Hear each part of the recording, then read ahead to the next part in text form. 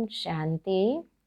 भारत पावन देश है, पवित्र भूमि है, जहाँ देवी देवताओं का वास था। इसके लिए हम दिन प्रतिदिन, समय प्रति समय अनेक त्योहार करते रहते हैं।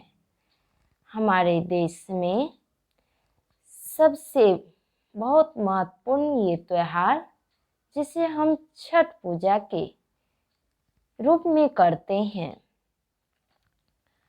और इस छठ पूजा में हम घर घर की सफाई कोने कोने से करते हैं, जहाँ तक कि हम शरीर की स्वच्छता के साथ साथ घर की स्वच्छता, मन की स्वच्छता, तन की पवित्रता के साथ करते हैं। और जब ये पर्व चालू होता है तो हम घर के जितने भी सदस्य होते हैं, सब नहा धो करके पवित्र हो करके भोजन बनाते हैं। और ये पर्व खास करके विशेष दीपावली की से होता है। दीपावली अर्थात जब हम दीपावली मनाते हैं तो हर घर के अंदर आत्मा रूपी दीपक जग जाते हैं। उसके बाद हम गोवर्धन पूजा मनाते हैं।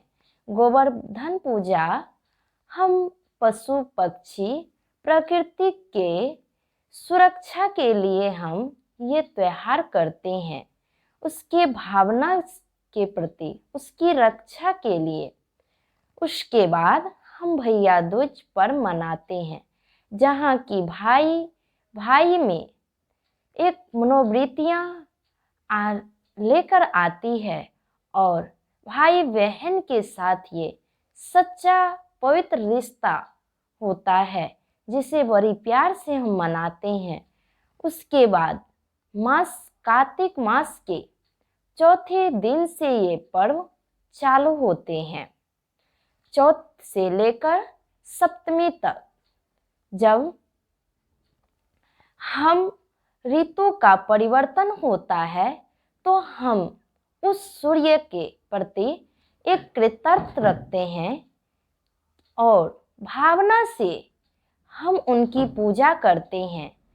जब हम भावना से हम उस सूर्य देव की पूजा करते हैं तो सूर्य देव हम पर प्रसन्न होकर हर एक मनोकामना हमारी पूरी करते हैं। जैसे कि दिखाया गया है कि सूर्य के उदय का हम पूजा नहीं करते हैं, अस्त का फर्स्ट रोज हम पूजा करते हैं, क्योंकि उस सूर्य के प्रति हमारा इतना कृतज्ञ रहता है। लेकिन वास्तव में इस समय वो ज्ञान सूर्य परमात्मा जब इस भूमि पर अवतरित होता है तो हम जैसे कि इस छठ पर्व पर लेकर के हम अपने विशेष करके पवित्रता की ध्यान रखते हैं, वातावरण को पवित्र बनाते हैं, घर के वातावरण के साथ उस पवित्रता को सम्मिलित करते हैं। उसी प्रकार जब परमात्मा आ करके हमें सच्ची मन की पवित्रता और तन की पवित्रता और वृत्तियों की पवित्रता हमारे शुद्धिकरण करते हैं, वो परमात्मा आ करके, जैसे कि आज हम छठ पूजा पर विशेष करके हम 4 रोज 5 रोज पहले से ही हम अपने घर में शुद्ध भोजन बनाने लगते हैं, नियम से बनाते हैं। संयम और नियम के साथ हम वो भोजन को प्रसाद के रूप में ग्रहण करते हैं। तो हम खास करके कहा जाता है कि जब ये चौथे दिन से यह पर्व चालू होता है तो हम खास करके अशुद्ध भोजन किसी भी हालत में नहीं लेते हैं। और अशुद्ध भोजन तो क्या, नमक और प्याज लहसुन भी हम स्वीकृत नहीं करते हैं।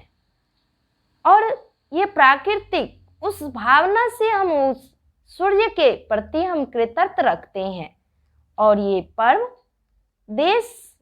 भारत देश के खास बिहार, झारखंड और यूपी में मनाया जाता था, लेकिन अब ये पर्व इतने धूमधाम से पूरे भारत देश और विदेश तक ये पर्व फैल गए हैं, जिससे कि विदेश वाले भी ये पर्व मनाने लगे हैं।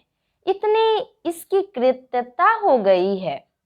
जब हम आज इसके पीछे एक कथा भी है कि कहते हैं कि सूर्य को दो पत्नी थी, उषा और त्रिषा। उषा अर्थात सुबह का समय, त्रिषा अर्थात नुमा शाम का समय, जिस समय की हम उस सूर्य को अर्घ देते हैं। तो उस समय अर्घ देने के समय हम विशेष करके यह संकल्पबद्ध होकर करते हैं। और कहा गया है कि वैज्ञानिक भी कहते हैं कि जब हम सूर्य को अर्घ डालते हैं तो संकल्पबद्ध होकर डालें। और हम उस अर्घ जो डालते हैं तो हम भूमि पर खड़े होकर नहीं डालते हैं, पानी में घुस करके डालते हैं, ताकि उस समय नुमा शाम के समय उस सूर्य से जो किरण आती है तो डायरेक्ट हमारे अंदर पड़ते हैं। जब हम धरनी पर रहते हैं तो कहा गया है कि वह पड़ के और निकल जाते, जब पानी में रहते हैं तो वो किरणें स्थित रहता है। 7 रंग की किरणें हमारे शरीर के अंदर जब पड़ता है तो हमारा शरीर स्वस्थ हो जाता है। वास्तव में परमात्मा भी आकर के सच्ची मन, जब हम अपने मन को शुद्ध पवित्र बना लेते हैं तो आत्मा 7 गुणों से सुसज्जित हो जाती है। जब हमारे अंदर 7 गुण हो जाएगी तो हम भी उस सतोगुणी आत्मा बन जाते हैं। जैसे कि हम कार्तिक मास के चौथे दिन से चालू करते हैं, तो उसी प्रकार अभी ये कलयुग का अंत और सतयुग की शुरुआत के ये संगम पर परमात्मा आकर के इस संगम पर हमें वह शुद्धिकरण कराते हैं जो हम कहा गया है कि छठी मैया हमारी हर एक मनोकामना को पूर्ण करते हैं। छठ पूजा में खास हर एक के मन में भावना रहता है, कोई पुत्र मांगते हैं, कोई धन संपत्ति मांगते हैं, तो कहते हैं कि वह पूरा करते हैं। वास्तव में छठा तत्व का रहने वाला उस परमात्मा ब्रह्मा इस संगम पर ब्रह्मा के तन आधार लेकर के जब आते हैं तो हम उस ब्रह्मा माँ के समक्ष जब हम अपने मन की सारी बातें को रखते हैं तो उस ब्रह्मा माँ ने हमारी सारी मनोकामना पूर्ण कर और हमें मनोकामना फल देते हैं, मन इच्छित फल स्वर्ग देते हैं, जहाँ की पशु पक्षी मानव में प्रेम देवत्व तुल हो जाते हैं। और इस पर विशेष खास करके हम दिखाते हैं कि कोई भी हम क्या करते हैं, अनेक प्रकार के फल हम एक सूप में सजाते हैं।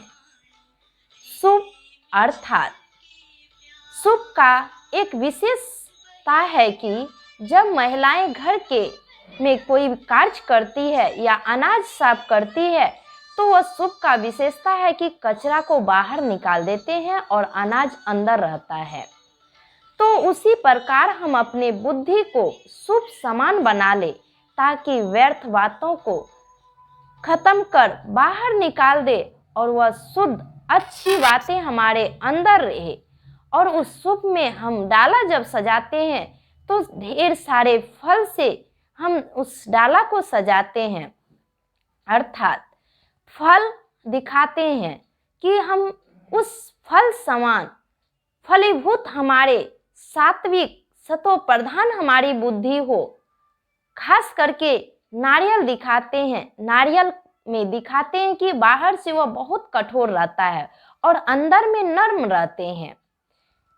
तो इसी तरह आज मनुष्य का जीवन बाहर से इतना कठोर हो गया है और नम्रता जो हमारे अंदर भीतर छिपी हुई है वह बाहर नहीं होता है। जैसे कि दिखाते हैं, मंदिर में जाते हैं, देवी देवताओं के आगे हम नारियल चढ़ाते हैं हर मंदिर में जा कर के, और आधा नारियल चढ़ाते हैं और आधा घर में प्रसाद के रूप में बांटते हैं सभी को।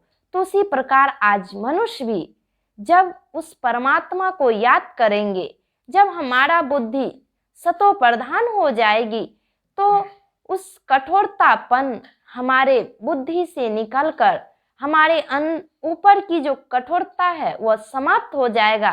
तब हमारे अंदर जो वह सतोगुणी है और वह नम्र विचार है, सात्विक शुद्ध व्यवहार है, वह बिखर जाता है। वह व्यक्तित्व के आगे प्रसाद के रूप में हमें उसे बांटना है, तो हमें सब एक श्रेष्ठता के अनुसार हमें देखेंगे। तो आइए हम सब सच्चे सच्चे छठ मनाए और ये छठ पर उस परमात्मा से हम अपना योग लगाए। जैसे कि इस छठ पर्व में दिखाते हैं कि 36 घंटा उपवास करते हैं। 36 घंटा अर्थात उस उपवास यानी ऊपर में वास करने वाले परमात्मा के पास हमारा बुद्धि लगा हो। उपवास का 2 अर्थ होता है, एक होता है उप मीन्स ऊपर रहने वाला और दूसरा होता है उप मीन्स नजदीक। तो हम क्यों ना उस ऊपर रहने वाले, ऊपर निवास करने वाले परमात्मा के साथ हम नजदीक संबंध बना करके उससे बुद्धि जब हम लगाएंगे, तो हम उस छठ तत्व में रहने वाले परमात्मा शिव से जब हम योग लगाएंगे, तो हम वास्तव में स्वर्ग का सौगात हमें मिलेगा, सारे मन इच्छित फल हमें प्राप्त हो जाएंगे। तब परमात्मा आकर के हमारे हर एक मनुष्य को क्या करते हैं, सात्विक बना देते हैं, उसकी शुद्धिकरण कर देते हैं। तब परमात्मा का जब जाने का समय होता है, तो परमात्मा हमें कुछ ऐसे मनोवृत्ति का परिवर्तन करा देता है जहाँ की प्राकृतिक पशु पक्षी हर एक में पावनता दिखाई देने लगती है। तब हम समझते हैं कि अब समय को जाने वाला है और एक नई दुनिया आने वाली है। तो हम इसी प्रकार छठ पूजा को हम विशेष रूप से क्यों ना उस फलों के तरह हम अपने जीवन को सजाए, उस फलों से फलीभूत हमारे सात्विक स्वभाव को जागृत करे। तो हम सभी आकर के सच्चे सच्चे छठ पूजा मनाए। तो आप सभी को छठ पूजा की बहुत बहुत शुभकामनाएं हो, शुभ भावना हो, और सच्चे दिल से हम सभी छठ पूजा करने वाले भाई बहनों को बहुत प्यार से और दिल से बहुत बहुत मुबारक हो, मुबारक हो, मुबारक हो। ओम शांति।